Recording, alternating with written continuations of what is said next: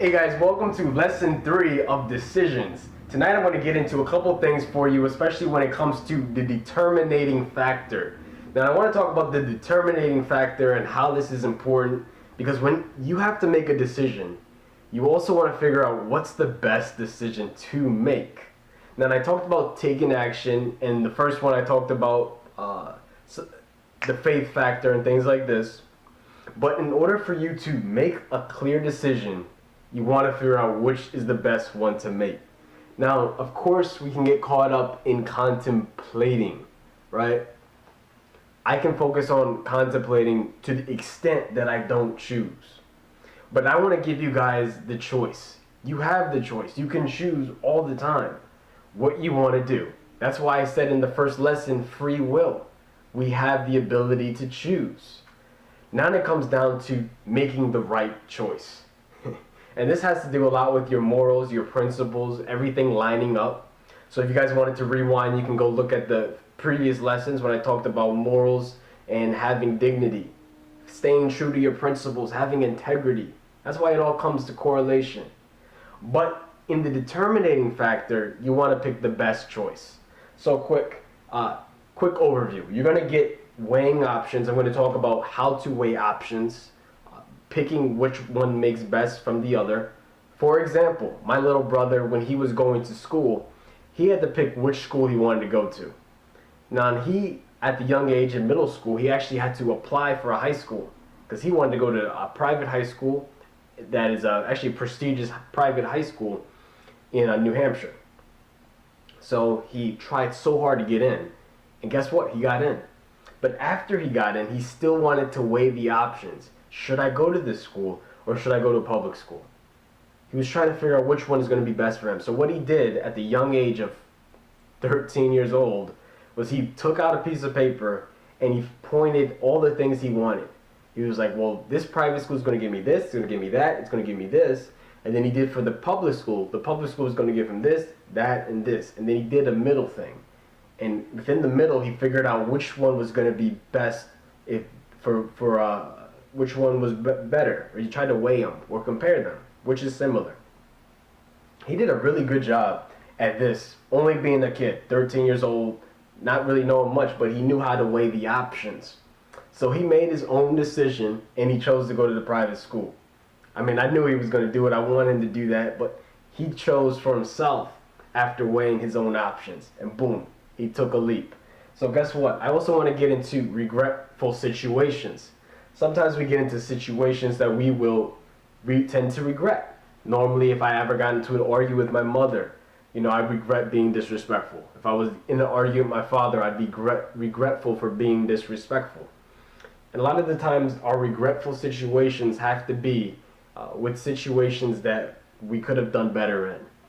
So a lot of us are afraid to choose certain things because we think we'll regret something if we pick that decision, if we make that choice. So I want to get into why we feel regret and what creates a regretful situation. This is very important. We all tend to feel regret as time goes on, but one thing that I know personally is that when Christ took all the pain on the cross for me and for you, for those who believe, he took regret, he took pain, he took fear. So all of that is taken away. I don't feel regret, I don't feel fear, I don't worry, concern, etc. And if I do, I know that's not from God. So regret is also not from God. It's a place that you don't need to be in, that you shouldn't want to be in. It's a place that we can get out of together. And I'm going to give you guys some tips, tricks, and techniques on how to get out of that. I mean, my source and strength is obviously God, who died on the cross for me as man. And he took all of that from me. But for those who still want to hold on to the past and still want to hold on to the dilemmas and the things other people did and the things you did to others, we're going to get into freeing ourselves from the past and freeing ourselves from regretful situations so that we can make better decisions going forward. A lot of us have done things that we regret.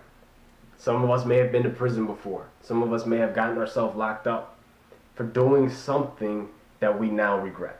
It happens all the time. I've been in relationships and I've done things that I regret now.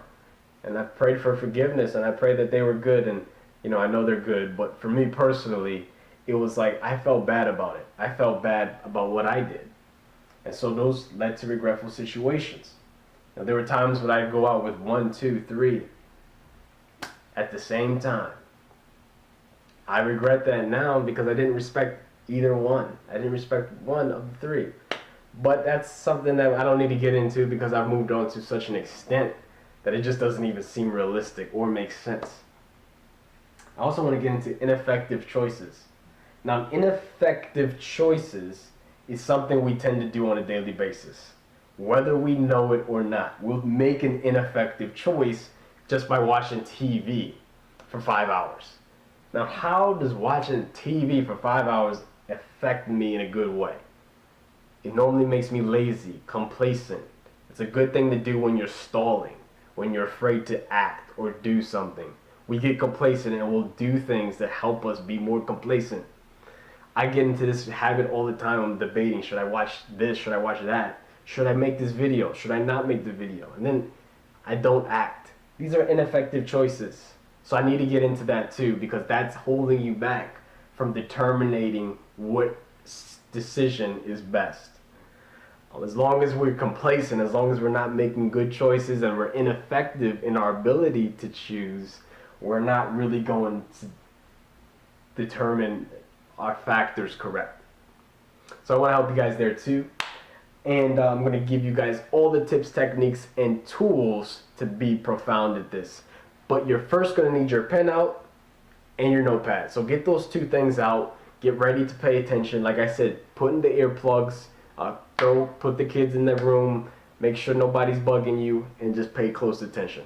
Alright guys, so now I'm going to talk to you about weighing options. Weighing the options. Now I told you the story of my little brother who had to weigh the options when he was going to private school or public school. So he had to jot down what he thought was going to be good from the public school, what was going to be good from the private school. So what you guys are going to have to do going forward is when you have 2 choices that are bugging you, you want to weigh options.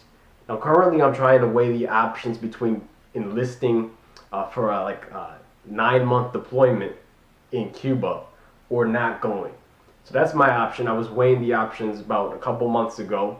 Should I go to Cuba for 9 months or should I stay in America and not deploy with the unit and just leave the military?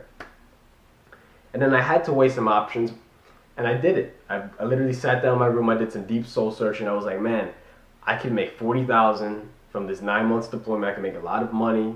I could do a lot of things. I could do all these stuff. I could maybe get promoted, etc. And I was weighing the option. But then I was also thinking about the things I could do at home. I could continue my podcast. I could continue giving you the message. I can continue doing what I've been doing. And I can take, now since I have a girlfriend, I can be a boyfriend to her, etc. I could do a lot of great things here. There's a lot of things I got to do here too. So I weighed the options and I made a decision. I said, I'm going to just stay. I'm going to get out the military. I'm going to do what I want to do what I'm pursuing to do, and do what I'm currently doing. So that's the decision I made. And that's the decision I'm going with. So I had to weigh options first. But it took some time. I asked some people, I got some perspective, and I still weighed my option to make my own decision. So some of the things you guys are going to get in the habits of doing are asking people for advice. But before you ask anyone for advice, you want to know where they're coming from. Now some people, if I ask my father, should I stay within the military? He's going to tell me yes, because he was in the military, he stayed in for 4 years, he did this, he went overseas, he did all that good stuff. So he's going to tell me to stay in. Now if I ask my mom, she's going to be like, no, get out. Because she doesn't want me to be far away and to leave, etc. So I got to weigh options. I got to weigh perspectives. I got to weigh other people. I was talking to a sergeant the other day. And the sergeant brought me into his room. And I just shut the door and he was like, look, what is it going to take for you to deploy with us? And I was just like, there's some dilemmas going on right now. And I don't live in the state that I train in. And I got to drive 6 hours every 1 week in a month to train. And all these other things. And he was trying to compromise with me, negotiate. I didn't give him an answer right then and there, but I had to think about it. He was very convincing, by the way. So it's not an easy thing to do. But I made a choice. You guys are going to have to get a lot of perspectives before you make decisions. Sometimes you want to get perspective from a grandfather. a good parent, or a teacher, or maybe an educator, somebody you trust. But get their perspective, weigh the options, and make a decision. At the end of the day, to prevent you from having a regretful situation, you're going to have to make your own decision. At the end of the day, it's all about what you would feel is best. Because a lot of people are going to tell you what they think, what they want you to do. The determining factor is based off of what you decide. You have the determining factor at the end of the day. One of the things that was hardest for me as a young child, 5, 6 years old, was making decisions. I could never make decisions. When I was in high school, my girlfriend at the time would say I was the most indecisive person in the world. So one of the things that I had to work on going forward was decision making. But I want to give you guys an example of how I used to be when I was 5 or 6. It was actually my birthday party down in New Jersey. We had a big blow-up bin where all the kids would jump around, and we had a big birthday cake, and we had a good room table. Everyone would be at that. Now in this place, in this room, it was, there's the cake, and there was everyone around blowing the candles off the cake. So what I had to decide was who would I give the candles to. Because I had one friend on my right, one friend on my left, and they both wanted the same thing. So one guy wanted the candle in the middle of the cake, and the other guy wanted the candle in the middle of the cake. But at the end of the day, I wanted the candle in the middle of the cake too. So I was debating on which person to give it to, and the fact that I wanted it. So in this situation, I cried. Didn't know what to do. Didn't know how to handle the situation. Didn't know how to weigh the options. So I just cried. I just cried. In the middle of the whole thing, I just cried, burst into tears. So sometimes we're going to feel like it's a hopeless thing. We can't come up with an effective choice. And we might just want to cry, burst into tears, complain, shower our sorrows.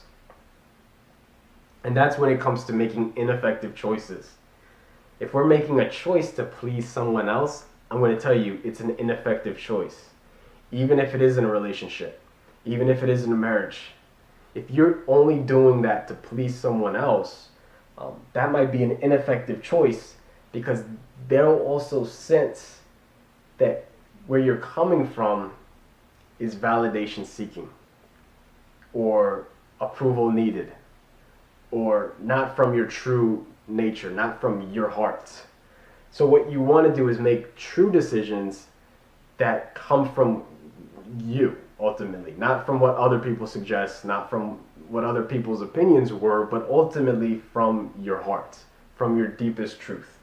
That's where you make the best decision, and that's how you make the most effective decisions. Again, when I was younger and I had that situation where I was crying, that's a regretful situation because I didn't make an effective decision. I want to help give you guys tools to make good decisions, to weigh options logically, and also to make effective choices so you don't have to deal with this, right? But again, the determining factor comes from you. You are the determining factor. At the end of the day, it's your word or no word when it comes to your decision making. So that's what I'm going to help you guys do. I'm going to give you guys the tactical tools and some hints, tips, and techniques. I need you guys to take the pen out, the pad, and get ready to learn.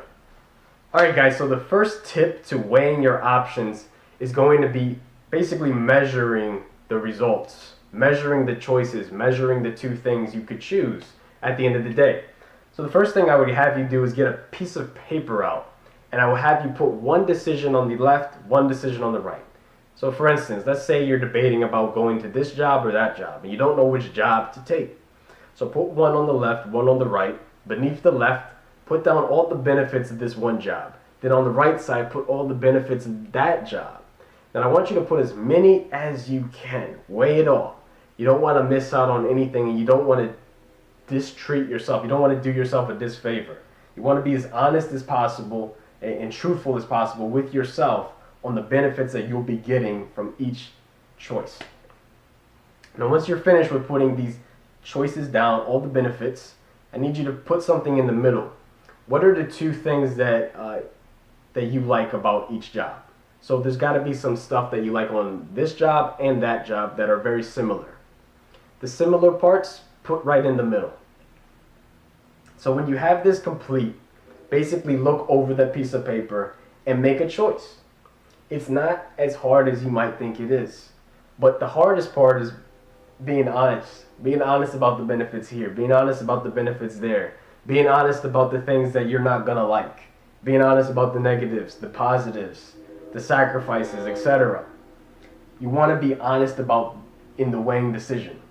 Because the worst thing you can do is be dishonest and not get the full results. Not make the best decision. So be honest about both choices at the end of the day. Once you finish doing this, I want to get into how to make an effective choice. Now, an effective choice is a choice that's going to subside in reward. It's going to show some results that will benefit your progression, whether that be in the business area, whether that be in the personal area, whether that be in the financial area or the family area, whichever area, this is going to show you growth. That's an effective choice. Effective choice leads to more opportunity versus more liability. Liability prevents opportunity. Opportunity is a great thing. That's what you want. Again, we also want to protect ourselves from making a regretful choice. Doing something that we would regret. So if you have that piece of paper, pick and choose. Look at it. Take some time. Go over it with somebody. If you have a mentor, tell them the choices you're deciding. Tell them which thing you think would be better. If you have a family member, go ahead and talk to the family member. Ask them their perspective, their view. A best friend, a girlfriend, a boyfriend, ask them on their view. And when you ask them, just understand that they're going to give you their honest perspective. That perspective might not be what you wanted to hear, might not be what you like to hear, but they're going to give you their view.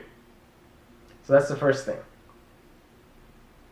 Get it, take it, and then weigh it. Now this is going to be a fun part because we're going to have to weigh the option. Now obviously on the job on the left hand, you'll have more good than the job on the right hand, or vice versa. So you're going to probably choose the job on the left hand. But even though you picked this one because there's more benefits here, I still want you to look deeper. I want you to look at the sacrifices. Now there's more benefits, but what are the sacrifices you have to make in order to have those benefits? Do you have to sacrifice more time? Do you have to sacrifice more energy? Do you have to sacrifice a relationship? Do you have to sacrifice moving? What are the sacrifices you're going to have to make for these benefits? And are these sacrifices worth it? I need you to ask that. I need you to be sincere with yourself. Are those sacrifices really worth those benefits? And if you be honest with yourself, you make a better decision. So if you say no, then it might not be the best decision. If you say yes, then go ahead and take that decision. Make it happen. Now a lot of us are debating. I don't know. What should I do? Maybe it's better, maybe it's not.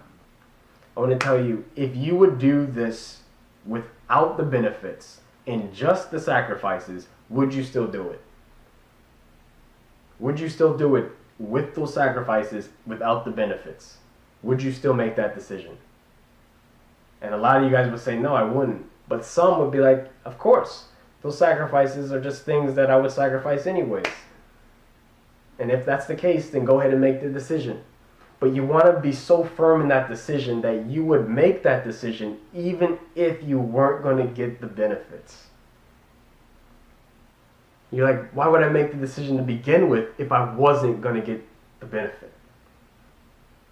Again, because it leads to opportunity versus liability. So you always want to look for the one that's going to give you more opportunity than liability. And this is a good way to narrow it down so you guys can be really firm in your decision making. I'm going to move in straight to regretful situations. Now, regretful situations lead from rushing your decision process. Sometimes you're in a rush to make it. You only have a countdown. You got to make it by February. You got to make it by November. You have 2 weeks to come up with this decision. Ineffective decisions are normally rushed decisions. and they lead to regretful situations. You've probably done this in the past. I know I have. I only got a month left to make this choice, and I'm just going to go with this, or I'm just going to go with that. I'm just going to leave it up to chance. Never do that. And guess what? If it's too rushed, then maybe it's not the best one for you. Because I always believe everything happens in the right timing. But you got to figure out if you've weighed the options before that timing comes. So, last thing I want is that you fall into a regretful situation. So you're going to have to take time. If you're rushed, if the process is rushed, man, just like for me, it's been in the military, I've had a rushed process. If you look at going to MEPS, going to military training, you have to go to a service center to make sure you're physically able to be within the military, whichever branch. So what I did one day was I went over to the MEPS place to see if I could join the military. The first time I went to the MEPS place, I did not pass. I got kicked out. I was so rushed. My recruiter's like, okay, this is how you're going to do it. You're just going to go through and just say no to everything. Just kind of deny it. If they ask you if you had, diseases, just say no. If they ask you if you've had, asthma, just say no. If they ask you if you've any of these things, just say no. Because if you say yes, then you got to go back out. You got to get doctors to fill all these forms, and it takes a long time. So I went to MEPS, did the normal thing, but the nurse, asked me a question. She said, "Have you ever had asthma?" And I said, "Yes, I did when I was a little baby." She was like, "Wrong answer." So what she had to do, she said yes, but I had to get sent out of the MEPS place, go to a doctor's office, get a form, and then go back to the MEPS. I'm saying this to say that when you're rushed to make a decision, you'll normally make bad ones. I was rushed. They were rushing the process. I had to get through it by the day. I had to finish it up. They're saying, "Mac, you got to do this, answer that." I was rushing. And in the rushed decision-making process, I made a bad one. What you guys need to do is figure out a way to slow the process down. If you're being rushed to make a decision, I want you to reevaluate if that even makes sense in the first hand. If someone's rushing you to make a decision that it will be advancing you, maybe you don't want to be in that situation to begin with. Because any decision that's going to advance your life needs to be a personal one. And that personal decision can take as long as you want it to take. Period. It should. Because it's the determining factor, again, for opportunity or liability. So, what leads to ineffective choices is this. Our rush, our inability to decide, our fear factor. Again, we're scared. We're scared if I don't make a decision now, it's not going to happen later. We're scared if I don't choose or pick this one or that one today, then I won't get the option another day. I'm going to tell you, if you're good enough, if you have the skill, if the opportunity is there, it will always be there. Because guess what? The cream always rises to the top. So for instance, if you're thinking about starting a business or not, or working for this company or this company, and they need the deadline right now, and you still haven't made a decision, and you're sweating it, and you're stressing it, and the time is boiling up, you need to understand that ultimately, your choice is the determining factor. So if you want to take time to figure it out, do it. Do it. And if they leave that opportunity at the door for you, maybe it wasn't the best one. Now, in the other lessons, I talked about taking action and making decisions. But if you haven't been able to weigh your options, if you haven't been able to see if you're going to make an effective choice, and this decision needs to be made immediately, then make the decision of no decision until you know for sure your decision. And that's the difference between opportunity and liability. We get into liabilities because we make ineffective decisions. Now, I know how I always say take action first. Yes, take action after you've made your decision. So once you make that decision, take action on it. The last thing you need to do is delay the process. If you make the decision, I want to go to this place, boom, do it. If you make the decision, I don't want to do it, then boom, don't do it. But once you make the decision, take action on that decision. Anytime that you delay your action on a decision, you're telling yourself that it's not effective. You're telling yourself that you doubt your ability to decide. And you're not taking ownership like we talked about in the first couple lessons. Taking ownership is very important. So when you can take ownership of your ability to decide, whether that be this choice, that choice, you're trusting in your capacity. You're trusting in your value. You're recognizing your esteem. You're being aware of who you are, what you're able to do. Sometimes people who have low self-esteem have a low ability to make decisions. If you have high self-esteem, you'll pretty much know in a second's notice what's good, what's not. What's empowering you, what's not. What's advancing your objective, your goals, your vision, what's not. Of course, they can weigh options, etc. But people with high esteem normally can weigh the options very quickly. Normally can see the liability or the opportunity very quickly. They're good at doing this almost intuitively because they're so aligned with what they are, who they are, what they need, and what they can do to advance the world around them and in them. So I need to get you guys to that point where it's just a snap of a finger choice. It's possible, it's able, you can do it too. But it takes a little bit of soul searching, self-evaluation. If you haven't watched the lessons beforehand, go ahead and rewind those because this will refresh you. But this is ultimately what it's leading up to. You being able to make effective choices and to act on it, to move on it, to go on it, and to live upon your decision.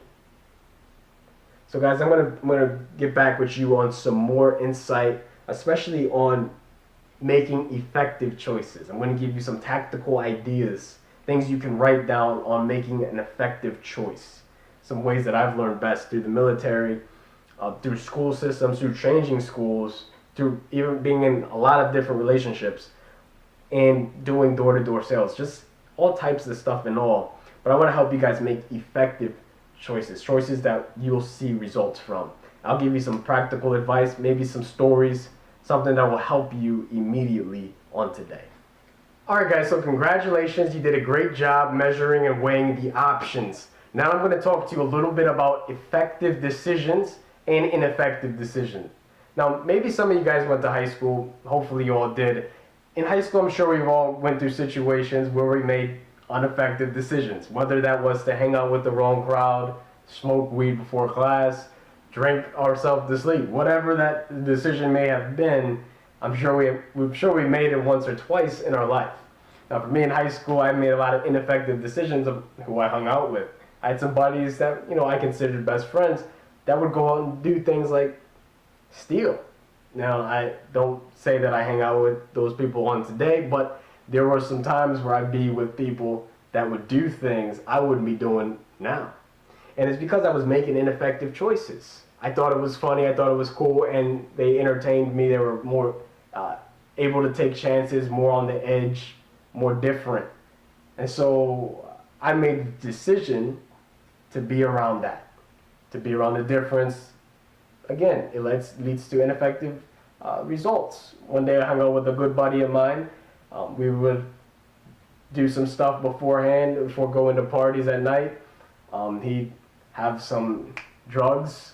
I wasn't hanging around that too much, but I've seen it.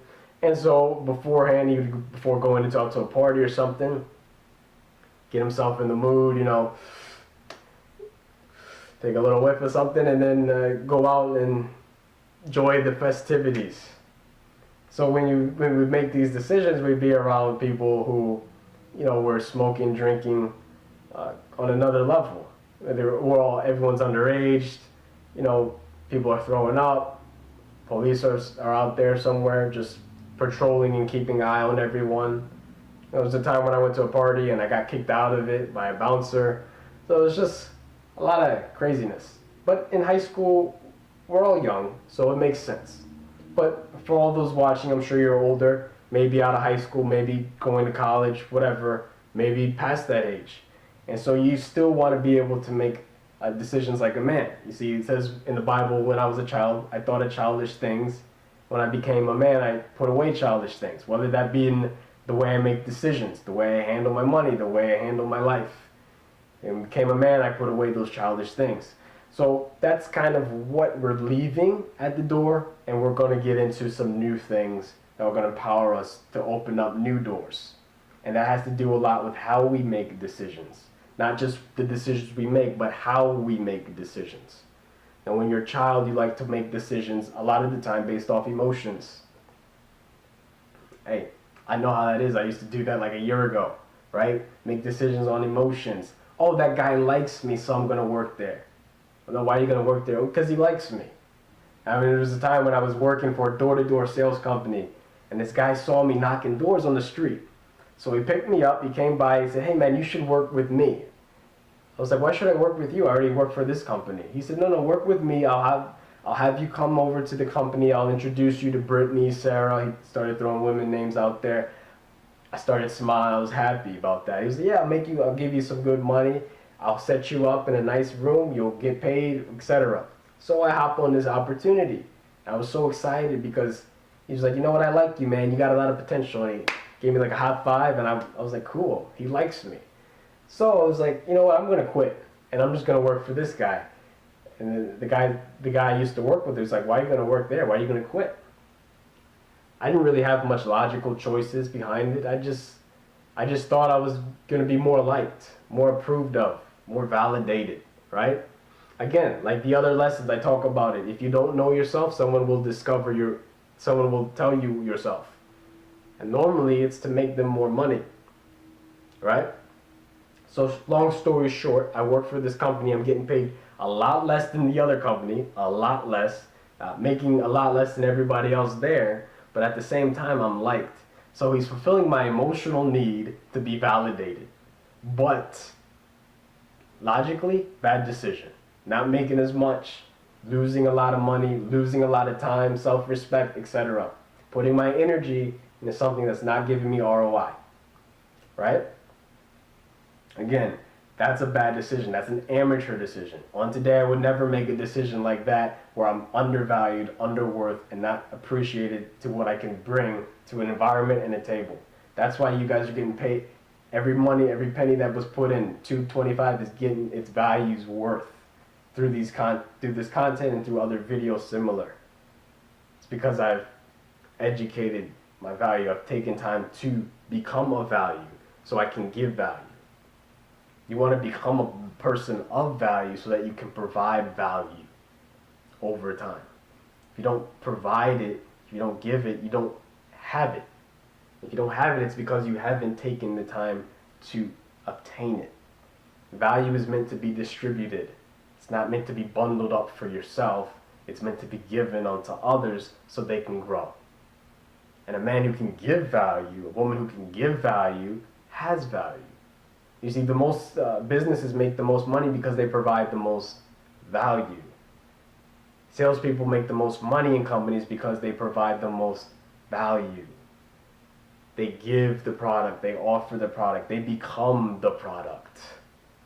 You have value too. If you're not utilizing it, you're not going to get your money's worth from it. The reason I got paid $250 less was because I didn't know it. The reason I got swayed to following this company off emotion was because, again, I didn't have it. Didn't know it, didn't have it, didn't want to be about it. So when I found it, I began to recognize that I had it, and with having it, I have a duty by it. I have to do right by it. I have to make the most of it, etc. Right? This is something you guys will obtain over time. But again, this all weighs in the option of making an effective decision. If you don't have the value, you're not going to make a valuable decision. If you have no value, then you're going to make a no value decision. If you have self-esteem, you'll make a value off of your esteem that allows you more opportunity, allows you to be at your best, challenges you, etc. I need you guys to get to this level. You're already there. You've watched these videos before. You've seen the past ones. You know the content. You're aware. Now it's just making it happen through making effective decisions. Again, when I was younger, I didn't make the effective decisions. Like you probably didn't either. But going forward, we need to make decisions that bring return. You see, when I go back to Genesis and it says God created man in his image and his likeness, he made you to be as him, in a sense. It says we are all God's children of the Most High God. So if you think deep about this, you realize that God doesn't make a thing without it bringing a return on investment. You see, every business makes a product, but they don't make a product that doesn't bring in an ROI. So if you are created in the image and likeness of God, a product of the Creator, he's not going to have you leave this earth until you have brought him an ROI. He doesn't make you for no reason. He wants the investment from what he's created. And when you know the investment that you are supposed to give through your meaning, mission, and purpose, which is another lesson, you'll make decisions that correlate with it. You'll make decisions that correlate with what you have.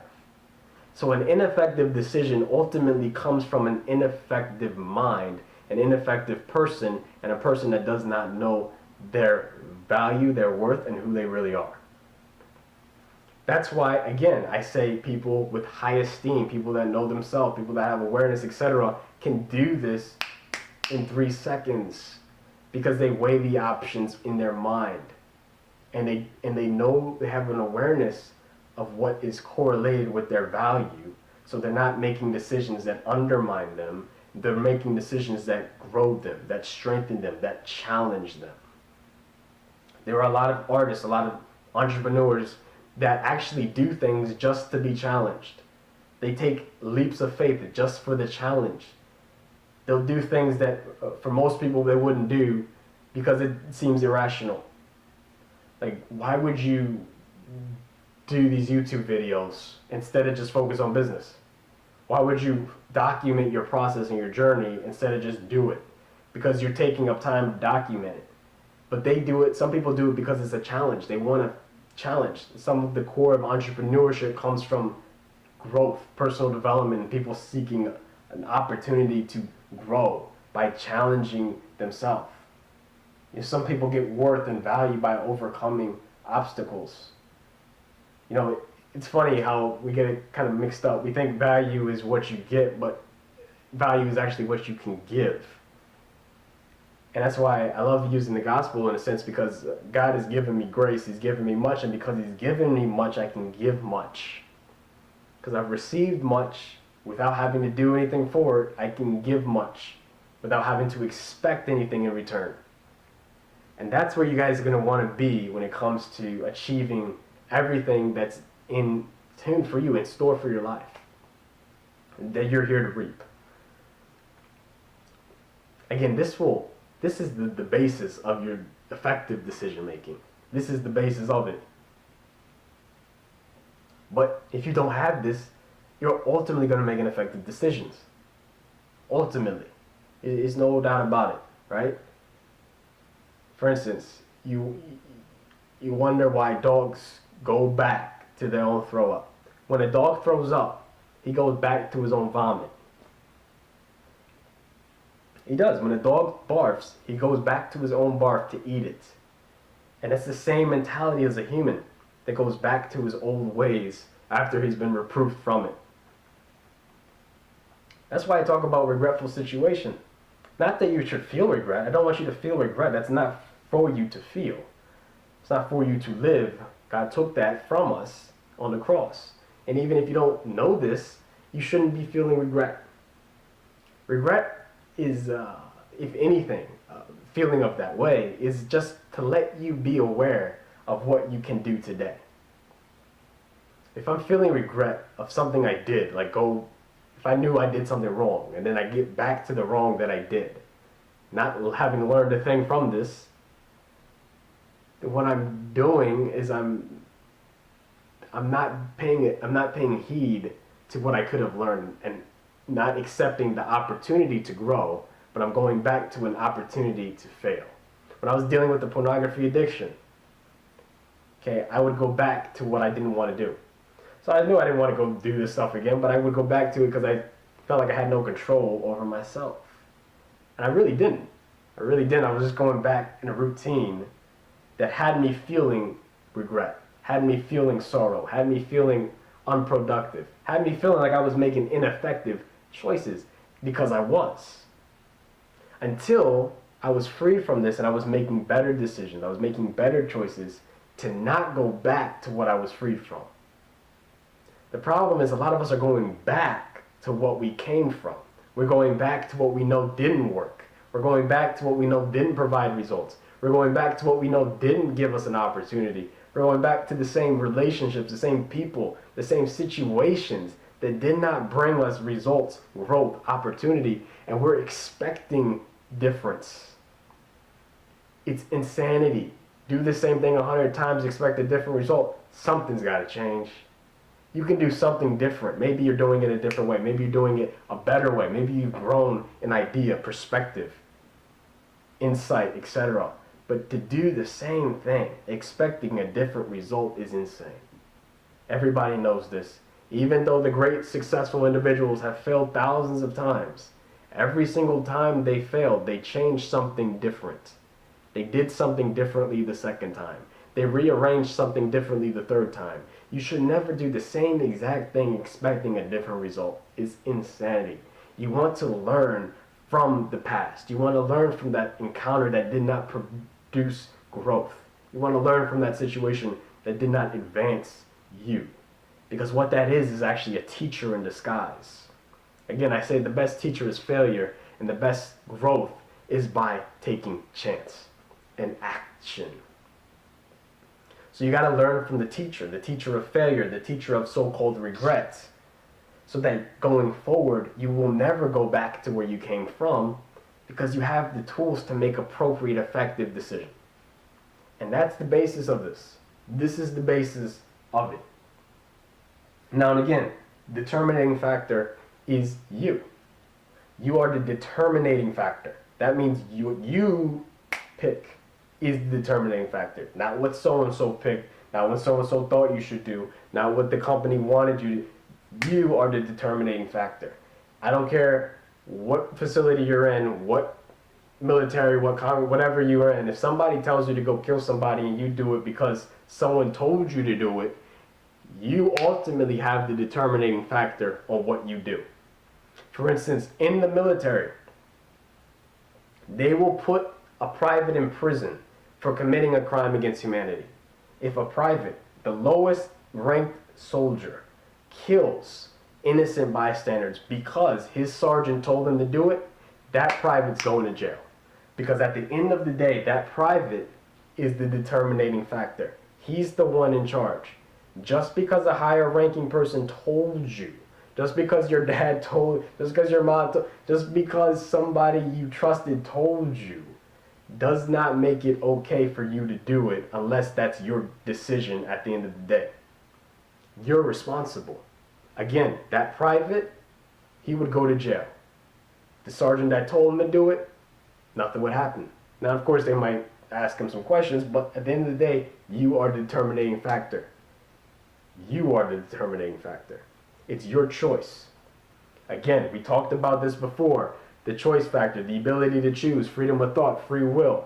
In these abilities, you have the determining factor. You always do. A lot of the time, you forget it. You forget it because there's a lot of pressure. You forget it because you're timed to do it. You forget it because of this and that. You tend to forget. But you can't forget this because this is your destiny. You determine it by deciding it on today. This is very deep, very intricate, very real. I want to hop into a little bit more as time goes on, but I want you guys to really take this to heed, take it to heart, and apply some of these things. So if you have a piece of a piece of paper and a pen, you want to write this down. You want to write down determining factor is you, so you don't forget it. Write it down. ultimately you make the decision for your life. No matter what the pressure is, no matter what the agenda may be for somebody else, you make the decision at the end of the day for your life. Write this down on a piece of paper, big letters. I am the determining factor of my situation or my life, period. It's my choice that it starts with. Am I going to put up with this? Am I going to put up with that? It starts with you. It starts with you. So put that down on your piece of paper, highlight it, circle it, whatever you guys need to do. If you have questions, again, go to mckinleybird.com/forum. You can comment whatever you want. You can discuss some of these topics in that page. If you guys have questions as well, go ahead and click the chat bubble. Contact me immediately. I'll get out to you as soon as possible. If you guys want to connect, again, go to the NB Connect, the Academy Connect page. And this is where you can socialize with the group, other members, other people tuning. And then you guys can talk about your differences, your similarities, things you're growing in, things you're not growing in. You can be truthful and honest about it. That's why it's not Facebook. Facebook, you know, they know you, they see your face. This is different. It's more subtle, it's more secluded, you're private. You don't have to expose some of these things. So I need you guys to get onto that as well. Okay, you got the access, you pay for the membership, etc. So it's all up to you. Thank you very much for staying tuned. Lesson 3 decisions. Can't wait to get to you for commitment. Let's go.